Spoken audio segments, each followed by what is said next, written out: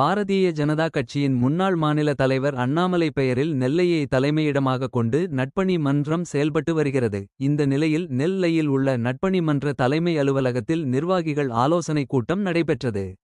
மாநில தலைவர் வேல் கண்ணன் தலைமை தாங்கினார். இந்த கூட்டத்தில் தமிழ்நாட்டில் உள்ள அனைத்து மாவட்ட, மாநில நிர்வாகிகள், கர்நாடகா மற்றும் புதுச்சேரி உள்ளிட்ட மாநிலங் நடுவது, சமூக சேவை பணி ஆற்றுவது உள்பட 10 தீர்மானங்கள் நிறைவேற்றப்பட்டது.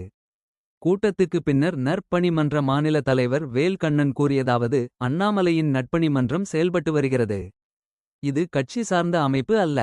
இந்த மன்றத்தில் பல்வேறு கட்சிகளை சேர்ந்தவர் பண்புகள் அடிப்படையில் அவரை எங்களது தலைவராக ஏற்று நெல்லையில் நற்பணி மன்றம் தொடங்கி உள்ளனர். வருகிற சட்டமன்ற தேர்தலில் அண்ணாமலை எந்த தொகுதியில் போட்டியிட்டாலும் அவர் வெற்றி பெற நட்பணி மன்றம் சார்பில் அயராது பாடுபடுவோம். அண்ணாமலை என்ன முடிவு எடுத்தாலும் நட்பணி மன்றம் அவருக்கு துணை நிற்கும். இவ்வாறு அவர் கூறினார்.